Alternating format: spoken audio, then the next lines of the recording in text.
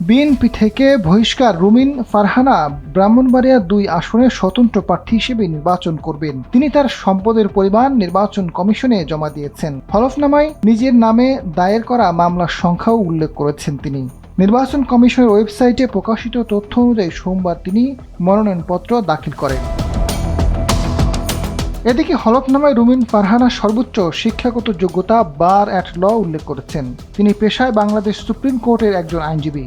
পৈতৃক সূত্রে ঢাকায় একাধিক জমি ও ফ্ল্যাটের মালিক রুমিন ফারহানা।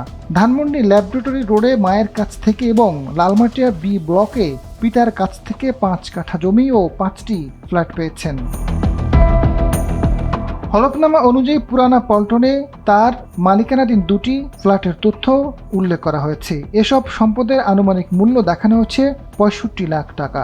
তার কাছে নগদ অর্থ রয়েছে ৩২ লাখ টাকা ও ১০ ভরি স্বর্ণালংকার। হাতে কোনো বিদেশি মুদ্রা নেই, পাশাপাশি ব্যাংকে জমাকৃত কোনো টাকা নেই।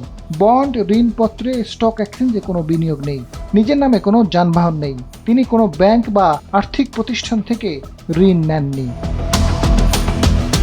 রুমিন ফারহানার আয়ের উৎস হিসেবে বাড়ি ভাড়া থেকে বছরে ৮,৭৫,০০০ টাকা আয় করেন বলে উল্লেখ করেছেন। পাশাপাশি শিক্ষকতা ও পরামর্শমূলক কাজ থেকে তার বার্ষিক আয় ৬ লাখ টাকা। ২০২৫-২৬ অর্থবছরের আয়কর রিটার্ন অনুযায়ী তিনি বার্ষিক আয় দেখিয়েছেন ৯৭,১৪,০০০ টাকা। এছাড়া বিভিন্ন আইনে তার বিরুদ্ধে মোট ৪টি মামলা থাকার তথ্য দিয়েছেন।